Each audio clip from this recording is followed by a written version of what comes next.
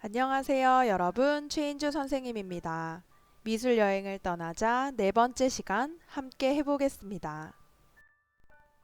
이번 시간에는 감상자 중심으로 미술 작품을 감상하는 방법을 알아보겠습니다.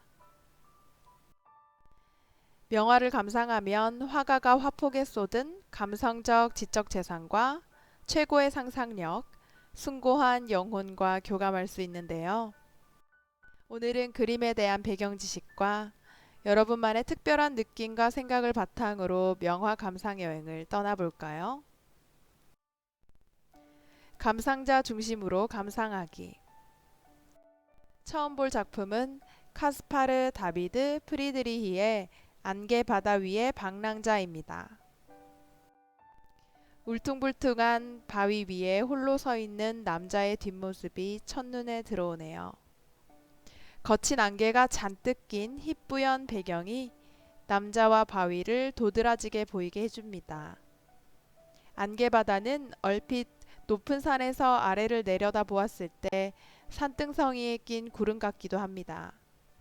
저 멀리 희미하게 산의 실루엣도 보이네요. 남자는 저곳에 서서 무슨 생각을 하고 있을까요? 거친 풍파를 이겨내고 꿋꿋이 앞으로 나아가겠다는 다짐을 하는 것처럼 보이기도 하고, 어디로 달리고 있는지 모르는 마음을 추스리느라 안개가 요동치는 바다를 보며 깊은 생각에 잠겨 있는 것 같기도 합니다. 여러분의 생각은 어떤가요? 여러분의 감정을 이입해서 남자의 마음을 느껴보세요.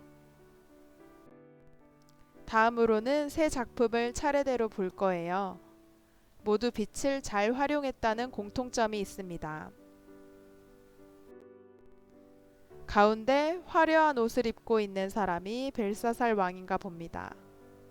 여러 음식을 차려놓고 연회를 벌이고 있는데 사람들의 등 뒤로 빛과 어떤 글자가 함께 나타났나 봐요. 왕 뒤로 겁에 질린 남녀의 표정으로 보아 좋지 않은 이야기인가 봅니다. 놀라서 물을 쏟는 여인도 보입니다. 벨사살 왕의 신변에 문제가 생긴 걸까요? 글자에서 뿜어져 나오는 빛의 방향이 잘 느껴집니다. 밝은 곳과 어두운 곳의 차이가 확실하지요. 벨사살 왕의 옷도 반짝이는 금속, 터번의 보드라움, 짐승의 털가죽의 느낌이 굉장히 잘 살아 있습니다. 와, 조금 전 그림보다 빛과 어둠의 대비가 확실하네요.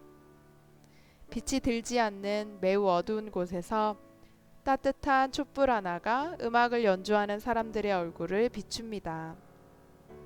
옷의 주름, 손가락의 뼈, 목과 얼굴의 주름까지, 그리고 윤곽을 빛을 이용해 너무나 실감나게 표현했습니다.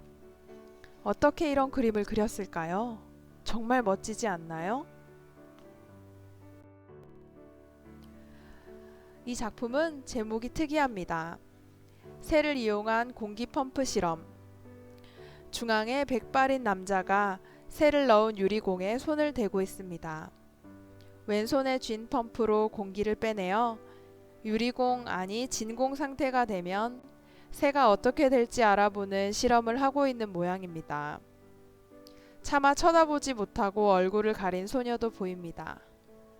그런데 마치 사진 같지 않나요? 빛과 어둠을 이렇게 잘 표현하다니 감탄스러울 따름입니다. 세심한 손가락 모양, 머릿결, 얼굴과 옷의 주름, 새의 깃털 느낌까지 살렸습니다. 빛을 자유자재로 다룬 화가의 작품만 모아서 감상해도 참 즐거울 듯 합니다. 다음은 레오나르도 다빈치의 최후의 만찬, 마인데르트 호베마의 미델 하르니스의 가로수길. 이 두 작품은 평평한 2차원적 그림의 깊은 공간의 느낌을 살린 그림입니다. 예수와 제자들이 최후의 만찬을 가지는 자리입니다. 식사가 열리는 건물의 내부가 상당히 넓어 보이는데요.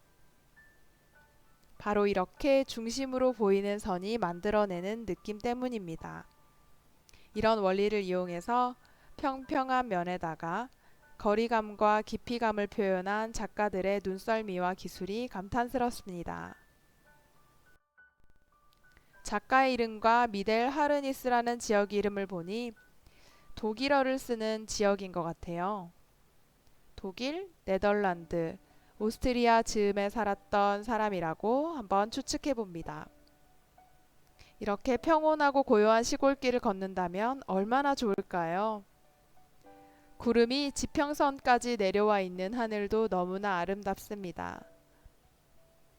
우리에게 제일 가까운 나무에서부터 길을 따라 저 끝까지 들어가는 거리가 굉장히 멀어 보이지요. 분명히 평면 그림인데도 불구하고 깊은 공간감이 느껴집니다. 조금 전 보았던 최후의 만찬과 같은 기법을 쓴 걸 알 수 있습니다.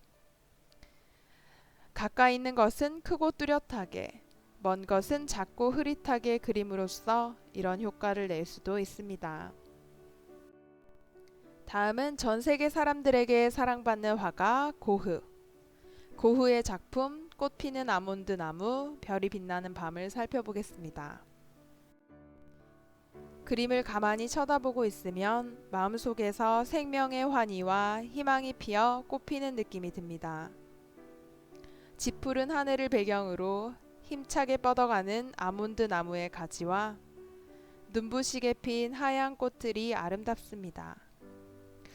고흐의 일생은 외롭고 고통스러웠다고 들었는데 어떻게 이런 그림을 그렸을까요? 또 얼핏 보면 동양화의 느낌도 있습니다.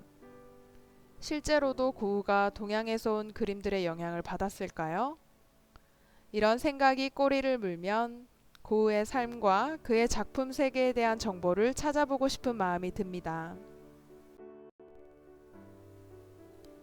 과감하고 열정적인 붓터치가 느껴지네요. 와, 저렇게 율동감 있는 달빛과 별빛이 반짝이는 하늘이라니 참 낭만적인데요.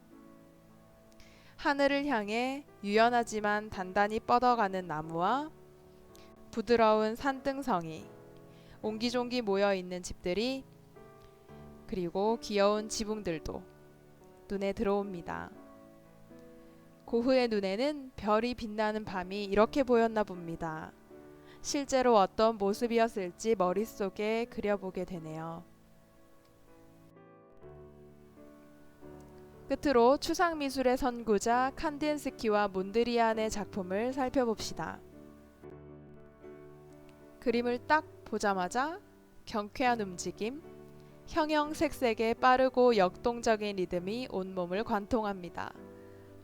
폭포수처럼 흐르고 빛처럼 퍼지고 바닷물처럼 밀려드는 밝은 힘이 느껴지는데요. 형체를 알아볼 수는 없지만 작가가 이름 붙인 대로 즉흥적으로 여러 악기가 함께 연주한 곡이라는 것을 눈으로 들을 수 있습니다. 이 그림 역시 밝고 경쾌하지만 조금 전 본 그림과는 달리 규칙적이고 정갈한 느낌마저 줍니다. 환한 노란색 사이사이 빨강, 파랑, 흰색, 검정색이 조금씩 변화를 주며 어우러져서 화려한 인상을 주는데요. 브로드웨이 부기욱이라는 작품 제목을 보니 브로드웨이의 화려하고 활기 넘치는 분위기를 잘 표현했다는 생각이 듭니다. 브로드웨이는 미국 뉴욕에 있는 연극, 뮤지컬 공연이 활발하게 이루어지는 거리를 말합니다. 화려한 불빛과 네온 사인, 공연을 즐기는 사람들의 열기로 가득한 곳이지요. 이렇게 제목을 보고 그림을 보니 네모로 이 거리를 이렇게나 잘 표현했다는 사실이 더욱 놀랍습니다. 이렇게 미술 작품을 감상자 중심에서 감상해 보았는데요. 그림이 주는 느낌 그 자체를 있는 그대로 받아들이며 자신의 감정과 생각을 돌이켜보는 작업이 아주 의미 있게 느껴집니다. 물론 여러 가지 배경 지식이 있다면 더 많은 것을 보고 더 많은 것에 경이로움을 느낄 수도 있겠지요. 미술 작품을 찾아서 혼자, 때로는 친구 혹은 가족들과 미술 여행을 떠나보면 어떨까요? 수고 많았습니다. 다음에 또 만나요. 안녕.